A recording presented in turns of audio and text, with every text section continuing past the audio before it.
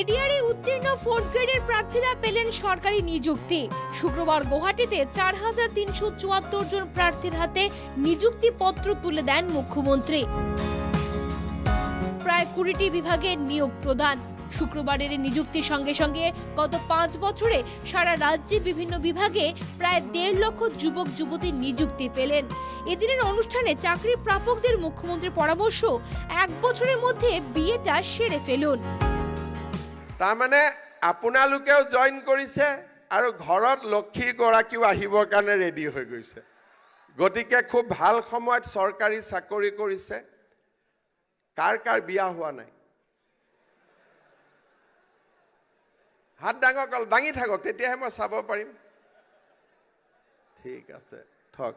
কাৰ কাৰ বিয়া হৈছে হাত দাঙক। ঠিক আছে।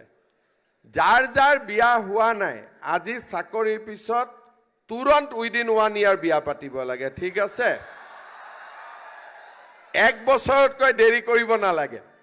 আমাৰ অসমীয়া ল'ৰা ছোৱালীবিলাকে বিয়া পাতোতে পাতোতে 30 বছৰ লগাই দিয়ে। শুধু বিয়ে নয়, সন্তানের জন্ম দেওয়া নিয়েও পরামর্শ দেন মুখ্যমন্ত্রী। তিনি বলেন, অসমীয়া জনবিন্যাস স্বাভাবিক রাখতে কমপক্ষে 2টি সন্তানের জন্ম দিন।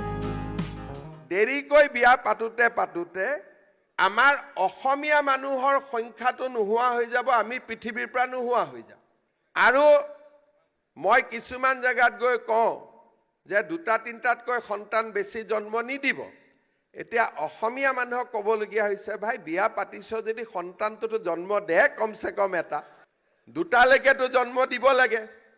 নাই দাদা বৰ দিগদাৰ লাগে, ভয় লাগে, কি কৰোঁ, ল'ৰাটো জন্ম হ'লে কেনেকৈ খুৱাম। সেই ইমান চিন্তা কৰি থাকিলেতো নহ'ব। আমাৰ অসমীয়া মানুহৰ সঁচ থাকিব লাগিবনে নাই 20 বছৰ পিছত, 50 বছৰ পিছত? সেইকাৰণে যিসকলে বিয়া পাতা নাই, এবছৰত বিয়া পাতি বিয়াৰ চিঠি মোক পঠাব লাগে। ঠিক আছে?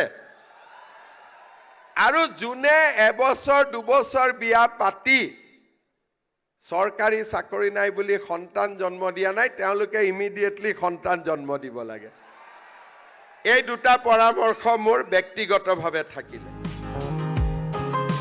মুখ্যমন্ত্রীর দাবি, উজান অসমের গ্রামে গেলে শিশুদের দেখা যায় না, বিপরীতে ধুবড়ী গোয়ালপাড়ার গ্রামে গেলে দেখা যায় শিশুদের ভিড়। বিষয়টি নিয়ে উদ্বিগ্ন তিনি। তাই সরকারি চাকরি প্রাপকদের অধিক সন্তান জন্ম দেওয়ার পরামর্শ মুখ্যমন্ত্রীর। ব্যুরো রিপোর্ট, ইনকি টিভি বাংলা।